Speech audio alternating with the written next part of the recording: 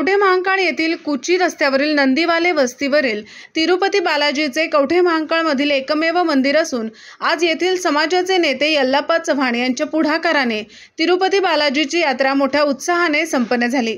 सालाबादप्रमाणे यावर्षी देखील शुक्रवारी सायंकाळी बालाजी मंदिरापासून सुवासिनींनी डोक्यावर कलश घेतलेली कलश यात्रा काढण्यात आली होती।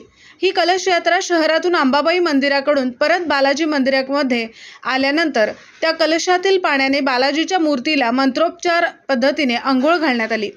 या कलश यात्रेवेळी मंदिराचे पुजारी यल्लाप्पा चव्हाण यांनी बालाजी मंदिरापासून दंडस्थान घातले। आज शनिवारी बालाजीची शास्त्रोक्त पद्धतीने पूजा करून महाप्रसादाचे आयोजन करण्यात आले होते।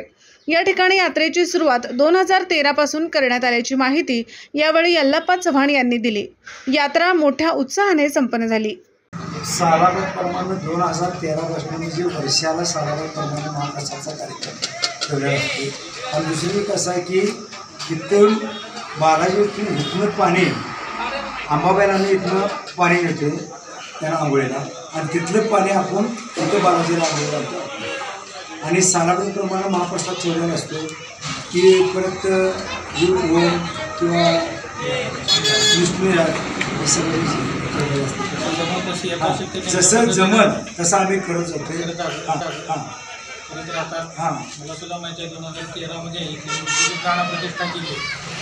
ह्या या समाजात असून सुद्धा धार्मिक पद्धतीनं आणि चांगल्या पद्धतीनं त्यात विश्वास होता की इथं मंदिर भाव ती मूर्ती आणली प्राणप्रतिष्ठा याच्यामध्ये निर्णय घेतला त्यांनी। चांगल्या पद्धतीने सेवा आरती प्रत्येक पौर्णिमेला महाप्रसाद वगैरे असतो इथं।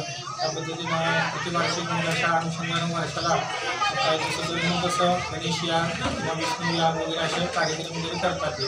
चांगल्या पद्धतीनं अतिशय चांगल्या पद्धतीने म्हणजे व्यवस्थित हे कार्यक्रम यावरून एक विष्णू याग वगैरे या ठिकाणी सुद्धा चांगल्या पद्धतीनं ब्राह्मणांच्याद्वारे म्हणजे अवधूत जोशी असतील त्याचबरोबर हर्षद सोळंकर सांगलीचे असतील त्याचबरोबर प्रतिकर असतील कोल्हापूर गावचे त्याचबरोबर गौरीगावचे कट्टेमेश्वरी जे असतील त्याचबरोबर व्यंकटेश्वर कोल्हापूरचे असतील या सर्व गुरुजींनी मिळून चांगल्या पद्धतीनं त्याचे कार्य व्यवस्थित आणि सांगण्यात यल्लाप्पा मिस्त्री म्हणून आहेत त्यांच्या चांगल्या पद्धतीनं हा कार्यक्रम असं सगळं झालेला आहे।